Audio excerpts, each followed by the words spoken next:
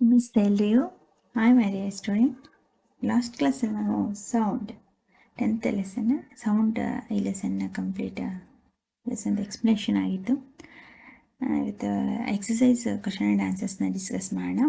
And additional ಕ್ವಶನ್ಸ್ಗೆ ನೀವು ನಾನು homework questions ಕೊಟ್ಟಿರ್ತಿಲ್ಲ, ಅದನ್ನು ಅಡಿಷನಲ್ ಕ್ವಶನ್ಸ್ ಆಗಿ ಆನ್ಸರ್ ಮಾಡ್ಕೊಳ್ಳಿ. ಟೆಕ್ಸ್ಟ್ ಬುಕ್ ಇನ್ಸೈಟ್ಸ್ ಕೆಲವೊಂದು ಕ್ವಶನ್ಸ್ಗಳನ್ನ ಅದರಲ್ಲಿ ಮಾಡ್ಕೊಳ್ಳಿ. ನೀವು ಯಾವ್ದಾದ್ರು ಗೊತ್ತಾಗಲಿಲ್ಲ ಅಂದರೆ ನಾನು ಕಮೆಂಟ್ ಮಾಡಿ ಡಿಸ್ಕ್ರಿಪ್ಷನ್ ನಾನು ಆನ್ಸರ್ ಮಾಡಿಕೊಡ್ತೀನಿ. ಓಕೆನಾ? ಓಕೆ, ಸಿ ಕ್ವೆಶನ್ ನಂಬರ್ 1 ನೋಡಿ.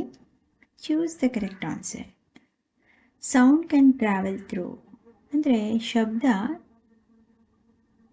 ಸಂಚರಿಸಬೇಕು, ಅದು ಎಲ್ಲ ಕಡೆ ಶಬ್ದ ಅರಿಬೇಕು ಅಂದರೆ ಎಲ್ಲ ಕಡೆ ಅದು ಶಬ್ದ ಕೇಳಿಸ್ಬೇಕು ಅಂದರೆ ಅದಕ್ಕೆ ಮುಖ್ಯವಾಗಿ ಬೇಕಾದಂತಹ ಮಾಧ್ಯಮ ಯಾವುದು, ಯಾವ ಮಾಧ್ಯಮದ ಮೂಲಕ ಶಬ್ದ ಸಂಚರಿಸುತ್ತದೆ ಅಥವಾ ಶಬ್ದ ಉಂಟಾಗುತ್ತದೆ ಅಂತೇಳಿ ಕೇಳ್ತಿದ್ದಾರೆ. ಗ್ಯಾಸಸ್ ಓನ್ಲಿ, ಅನಿಲದ ಮೂಲಕ. ಲಿಕ್ವಿಡ್ಸ್ ಓನ್ಲಿ, ದ್ರವಗಳಲ್ಲಿ ಮಾತ್ರ. Solids only. And solid, liquid and gases. ಏನು ಶಬ್ದ ಉಂಟಾಗೋದಕ್ಕೆ ಬೇಕಾದಂತಹ ಮಾಧ್ಯಮಗಳು, ಹಾಗೆ ಶಬ್ದ ಯಾವ ಮಾಧ್ಯಮಗಳ ಮೂಲಕ ಸಂಚರಿಸುತ್ತೆ ಅಂದರೆ sound can travel through solids, liquids and gases. ಮೂರರಲ್ಲೂ ಅಂದರೆ ಘನದಲ್ಲಿ ಮತ್ತು ದ್ರವದಲ್ಲಿ ಮತ್ತು ಅನಿಲದಲ್ಲಿ ಮೂರಲ್ಲೂ ಶಬ್ದ ಏನಾಗುತ್ತೆ, ಉಂಟಾಗುತ್ತೆ. ಗೊತ್ತಾಯ್ತಾ? ಅದು ಅವುಗಳ ಮೂಲಕ ಶಬ್ದ ಉಂಟಾಗುತ್ತೆ. ಸಾಲಿಡಲ್ಲೂ ಶಬ್ದ ಸಂಚಾರ ಆಗುತ್ತೆ, ಲಿಕ್ವಿಡಲ್ಲೂ ಆಗುತ್ತೆ ದ್ರವಗಳಲ್ಲಿ, ಮತ್ತು ಗ್ಯಾಸಸ್ ಅದರಲ್ಲೂ ಶಬ್ದ ಆಗುತ್ತೆ. ಅರ್ಥ ಆಯ್ತಾ? ಟ್ರಾವೆಲ್ ಥ್ರೂ ಅದು ಸಂಚರಿಸುತ್ತೆ. ಅದೇ ರೀತಿ ಕ್ವೆಶನ್ ನಂಬರ್ 2 ನೋಡಿ. Which of the following voices is likely to have minimum frequency? ಅಂದರೆ ಕೆಳಗೆ ಕೊಟ್ಟಿರ್ತಕ್ಕಂತಹ ಯಾವ ವಾಯ್ಸಸ್, ಧ್ವನಿಗಳು ಕಡಿಮೆ ಫ್ರೀಕ್ವೆನ್ಸಿಯನ್ನು, ಕಡಿಮೆ ಆವೃತ್ತಿಯನ್ನು ಹೊಂದಿರುತ್ತೆ? Baby girl, a man, baby boy, a woman. ಯಾವುದು ಆನ್ಸರು? ಎ ಮ್ಯಾನ್ ಅಂತೆ. ಫ್ರೀಕ್ವೆನ್ಸಿ, ಆವೃತ್ತಿ ಯಾವುದು ಕಡಿಮೆ ಇರುತ್ತೋ ಅವರ ಧ್ವನಿ ಏನಾಗಿರುತ್ತೆ, ಸೌಂಡು ಹೈ ಇರುತ್ತೆ. ಅದೇ ಆವೃತ್ತಿ ಹೆಚ್ಚಾದಷ್ಟು, ಫ್ರೀಕ್ವೆನ್ಸಿ ಹೆಚ್ಚಾದಷ್ಟು ಏನಿರುತ್ತೆ, ಧ್ವನಿ ಕಡಿಮೆ ಇರುತ್ತೆ. ಇದು ಪಾಠ ಮಾಡಬೇಕಾದ್ರೆ ಎಕ್ಸ್ಪ್ಲೈನ್ ಮಾಡಿದೆ. ನಾನು ಡೌಟ್ಸ್ ಇತ್ತು ಅಂದರೆ ಅಲ್ಲೊಂದ್ಸಲ ಆ ವಿಡಿಯೋನ ನೋಡಿ. ಯಾಕೆ ಅಂತ ಇಲ್ಲೂ ಕೊಟ್ಟಿದ್ದಾರೆ. Frequency of sound is directly proportional to its pitch and inversely proportional to its amplitude. ಆವೃತ್ತಿಯು ಏನು ಡೈರೆಕ್ಟ್ಲಿ ಪ್ರಪೋರ್ಷನಲ್ ಟು ಪಿಚ್ ಅಂದರೆ ಪಿಚ್, ಅವರ ಒಂದು ಧ್ವನಿಯ ಏನು ಇರುತ್ತಲ್ಲ ಅದರ ಪಿಚ್, ಅವರು ಉಂಟು ಮಾಡುವಂತಹ ಶಬ್ದದ ಒಂದು ತರಂಗ, ಅದು ಇನ್ವರ್ಸ್ಲಿ ಪ್ರಪೋರ್ಷನಲ್ ಟು ಆಂಪ್ಲಿಟ್ಯೂಡ್, ಆವರ್ತಕಾಲ, ಆಂಪ್ಲಿಟ್ಯೂಡ್. ಅರ್ಥ ಆಯ್ತಾ? ಆವೃತ್ತಿ ಫ್ರೀಕ್ವೆನ್ಸಿ, ಆಂಪ್ಲಿಟ್ಯೂಡು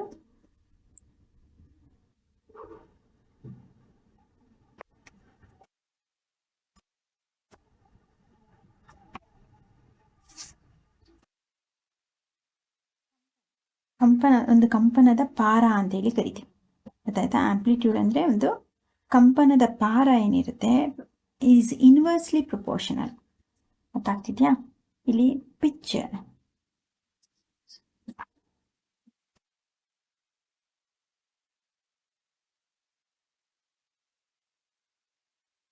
ಸ್ಥಾಯಿ ಅಂತೇಳಿ ಕರೀತಾರೆ, ಪಿಚ್ ಅಂದರೆ. ಗೊತ್ತಾಯ್ತಾ? ಈ frequency of sound is directly proportional to, ಈ ಒಂದು ಸ್ಥಾಯಿ, ಶಬ್ದದ ಒಂದು ಸ್ಥಾಯಿಗೆ ನೇರವಾಗಿದ್ದು ಒಂದು ಆಂಪ್ಲಿಟ್ಯೂಡ್ಗೆ, ಅದರ ಒಂದು ಪಾರಕ್ಕೆ ಇನ್ವರ್ಸ್, ವಿರುದ್ಧವಾಗಿರುತ್ತಂತೆ ಆವೃತ್ತಿ. The voice of an adult man is of lower pitch and high amplitude in comparison to the voice of a baby boy. ಒಂದು ಬೇಬಿ ಬಾಯ್, ಒಂದು ಗಂಡು ಮಗುವಿನ ಧ್ವನಿಗೆ ಕಂಪೇರ್ ಮಾಡಿದ್ರೆ ಒಬ್ಬ ಮ್ಯಾನ್, ಒಬ್ಬ ಮನುಷ್ಯ, ಗಂಡಸಿನ ವ್ಯಕ್ತಿಗೆ, ಆ ಗಂಡು ಮಗುವಿನೇ ಆದರೆ ಗಂಡಸರೇ, ಎರಡು ಬಾಯೇ ಆದರೆ ಒಂದು ಮಗು, ಒಂದು ದೊಡ್ಡವರು, ಅವರಿಗೆ ಕಂಪೇರ್ ಮಾಡಿದ್ರೆ ಲೋಯರ್ ಪಿಚ್ ಯಾವುದು, adult man is of lower pitch and high amplitude in comparisons of the voice of bye baby. ಕಡಿಮೆ ಸ್ಥಾಯಿ ಮತ್ತು ಐ ಆಂಪ್ಲಿಟ್ಯೂಡ್, ಅತಿ ಹೆಚ್ಚಿನ ಪಾರವನ್ನು ಹೊಂದಿರ್ತಾರೆ. ಯಾವುದು? ಒಬ್ಬ ಅಡಲ್ಟ್ ಮ್ಯಾನ್, ಒಬ್ಬ ವ್ಯಕ್ತಿಯ ಧ್ವನಿ. A baby girl and a woman, the voice of a baby girl as highest pitch and among this group. ಅದೇ ರೀತಿ ಒಬ್ಬ ಬೇಬಿ ಗರ್ಲ್ ಆಫ್ ವಾಯ್ಸ್ದು ಹೈಯೆಸ್ಟ್ ಪಿಚ್, ಹೆಚ್ಚಿನ ಸ್ಥಾಯಿಯನ್ನು ಹೊಂದಿರುತ್ತೆ ಬೇಬಿ ಗರ್ಲ್ಗೆ ಕಂಪೇರ್ ಮಾಡಿದ್ರೆ. ಅರ್ಥ ಆಯ್ತಾ? ಸಿ ನೆಕ್ಸ್ಟ್ ಕ್ವೆಶನ್ ನಂಬರ್ 3 ನೋಡಿ. True or false? The following statement take T against those which are true and F against those which are false. First one, sound cannot travel in vacuum. ಸರಿನಾ ತಪ್ಪಾ? ನಿರ್ವಾತದಲ್ಲಿ ಶಬ್ದವು ಉಂಟಾಗುವುದಿಲ್ಲ. ಶಬ್ದ ಎಲ್ಲೆಲ್ಲಿ ಉಂಟಾಗುತ್ತೆ? ಘನದಲ್ಲಿ, ದ್ರವದಲ್ಲಿ, ಅನಿಲದಲ್ಲಿ. First ಕ್ವಶನ್ನೇ discuss ಮಾಡಿದ್ವಿ. Vacuum ಅಂದರೆ ನಿರ್ವಾತ, ಗಾಳಿನೇ ಇಲ್ಲ, ಗಾಳಿ ಇಲ್ಲ, ನೀರಿಲ್ಲ, ಏನಿಲ್ಲ. ನಿರ್ವಾತದಲ್ಲಿ ಶಬ್ದವು ಉಂಟಾಗುವುದಿಲ್ಲ ಅಂತೇಳಿ ಕೊಟ್ಟಿದ್ದಾರೆ. ಟ್ರೂ ಫಾಲ್ಸಾ? Yes, true. ಆನ್ಸರ್ ಏನು? True. Second one, the number of oscillations per second of vibrating object is called its time period. The number of oscillation, the number of oscillation ಅಂದರೆ ಏನು? ಆಂದೋಲನ. ಆಸಿಲೇಷನ್ ಅಂದರೆ ಆಂದೋಲನ ಅಂತೇಳಿ ಕರೀತಾರೆ. ಆಂದೋಲನ ಬಾರಿಗೆ ಉಂಟಾಗ್ತಕ್ಕಂತಹ, ಒಂದು ಸೆಕೆಂಡ್ನಲ್ಲಿ ಉಂಟಾಗ್ತಕ್ಕಂತಹ the number of oscillation per second of vibrating object is called time period ಅಂತೇಳಿ ಕರೀತಾರಂತೆ. ಟೈಮ್ ಪೀರಿಯಡ್ ಆಗುತ್ತೆ, ಅದು ಆವೃತ್ತಿಯ ಕಾಲ. ಒಂದು ಸೆಕೆಂಡಿನಲ್ಲಿ ಕಂಡುಬರುವಂತಹ ಆಂದೋಲನ ಚಲನೆಯನ್ನು, ಆಂದೋಲನದ ಸಂಖ್ಯೆಯನ್ನು ನಾವು ಆವೃತ್ತಿಯ ಕಾಲ ಅಂತೇಳಿ ಕರೀತಾರೆ ಅಂತ. ತಪ್ಪು. False. If the amplitude, see ನೋಡಿ, if the amplitude of vibration is large, the sound is feeble. ಅಂದರೆ the amplitude of vibration, ಕಂಪನದ ಪಾರವು ದೊಡ್ಡದಾಗಿದ್ದರೆ ದ ಸೌಂಡ್ ಇಸ್ ಫೆಬಲ್ ಅಂತೆ. ಸೌಂಡ್ ಏನಾಗಿರುತ್ತೆ? ಫೆಬಲ್ ಆಗಿರುತ್ತಂತೆ, ಕಡಿಮೆ ಇರುತ್ತಂತೆ. ನಿಜನಾ? ಏನು? ದುರ್ಬಲವಾಗಿರುತ್ತಂತೆ, ಫೆಬಲ್. ತಪ್ಪು. The amplitude of vibration is large ಇದ್ದರೆ ಅದರ ಸೌಂಡ್ ಏನಾಗಿರುತ್ತೆ? ಫೆಬಲ್ ಆಗಿರಲ್ಲ, ದುರ್ಬಲವಾಗಿರಲ್ಲ. ಸೌಂಡ್ ಈಸ್ ಆಲ್ಸೋ ಲೌಡ್ ಆಗಿರುತ್ತೆ. The amplitude of vibration is large, the sound is loud. The amplitude of vibration is small, the sound is feeble. So ಹಾಗಾಗಿ false. Third one.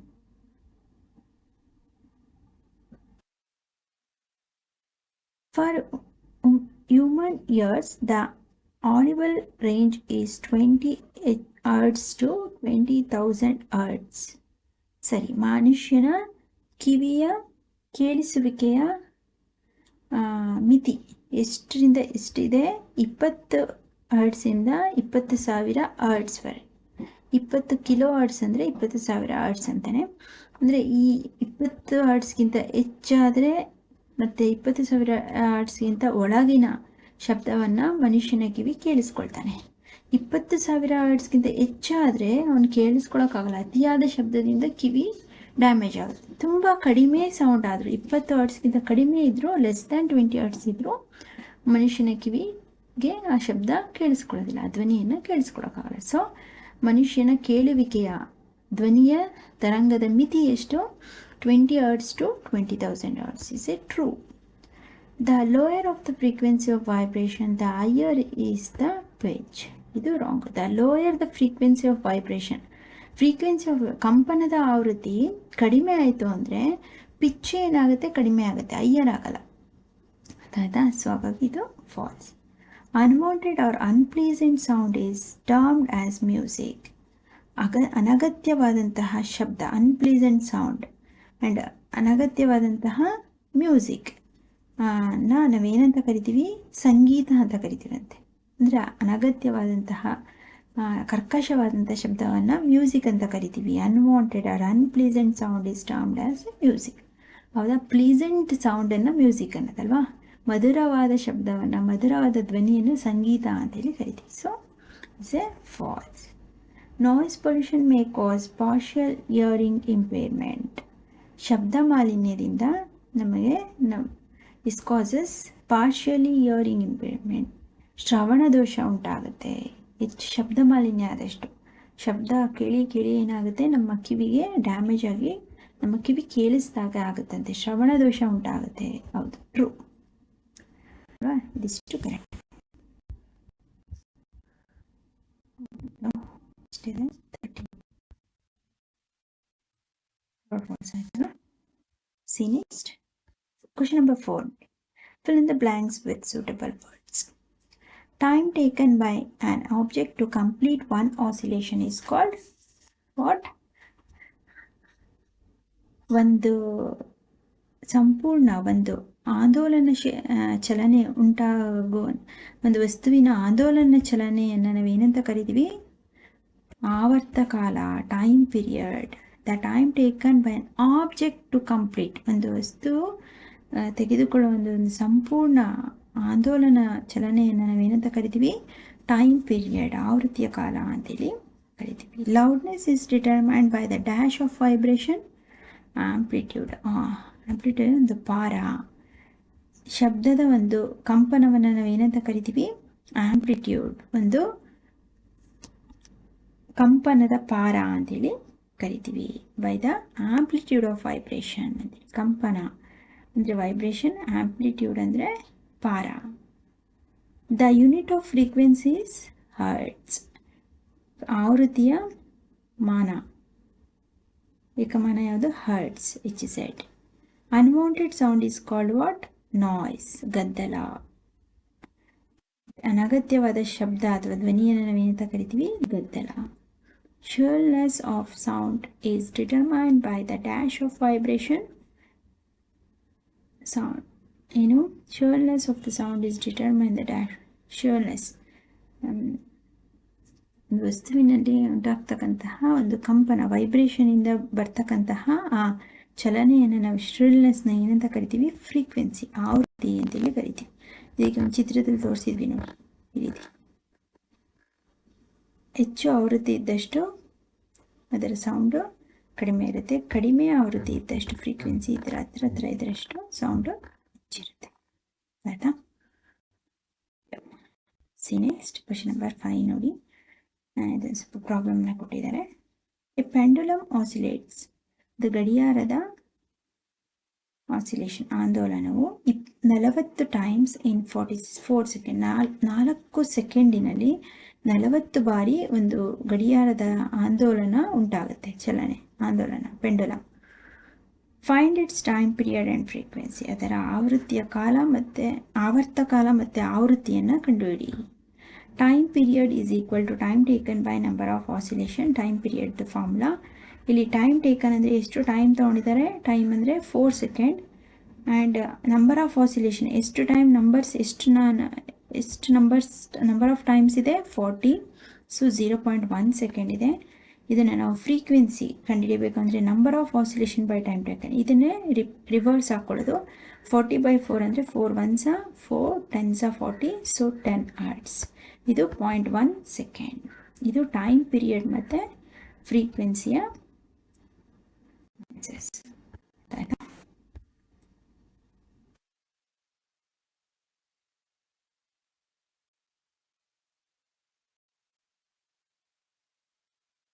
Next question ನೋಡಿ, question number 6 ನೋಡಿ. The sound from the mosquito is produced when it vibrates its wings at an average rate of 500 vibrations per second. The sound from a mosquito, ಒಂದು ಸುಳ್ಳೆ ಅಥವಾ ನೊಣ, mosquito, produced when it vibrates, ಅದು ಶಬ್ದ ಮಾಡ್ತಲ್ಲ ಗುಯ್ ಅಂತ, ಅದು ಮಾಡುವಂಥ ಕಂಪನ, ಇಟ್ಸ್ ವಿಂಗ್ಸ್, ಅದರ ರೆಕ್ಕೆಗಳು, at an average rate of 500 vibration per second. Per ಸೆಕೆಂಡ್ಗೆ, 1 ಸೆಕೆಂಡಿಗೆ ಆ ಒಂದು ಇನ್ಸೆಕ್ಟ್, ಮಸ್ಕಿಟೋದ ನೊಣ ಅಥವಾ ಸೊಳ್ಳೆಯ ವಿಂಗ್ಸಿಂದ ಬರ್ತಕ್ಕಂತಹ ಕಂಪನವು 1 ಸೆಕೆಂಡಿಗೆ 500 ಕಂಪನಗಳನ್ನು ಉಂಟು ಮಾಡ್ತಿದೆಯಂತೆ. ಹಾಗಾದರೆ what is the time period of vibration? ಹಾಗಾದರೆ ಆ ಕಂಪನದ ಒಂದು ಆವರ್ತಕಾಲ ಎಷ್ಟು? What is the time period, ಆವರ್ತಕಾಲ to the of the vibration, ಆ ಕಂಪನದಿಂದ ಉಂಟಾಗ್ತಕ್ಕಂಥ ಆವರ್ತಕಾಲ ಎಷ್ಟು ಅಂತೇಳಿ ಕೇಳ್ತಿದ್ದಾರೆ. See, time period equals time taken by number of oscillation. 1 ಸೆಕೆಂಡ್ಗೆ 500 ಟೈಮ್ಸ್ ವೈಬ್ರೇಟ್ ಆಗ್ತಿದೆ. So 0.2 0.002 seconds. ಇದನ್ನು ಡಿವೈಡ್ ಮಾಡಿದ್ರೆ ಬರುತ್ತೆ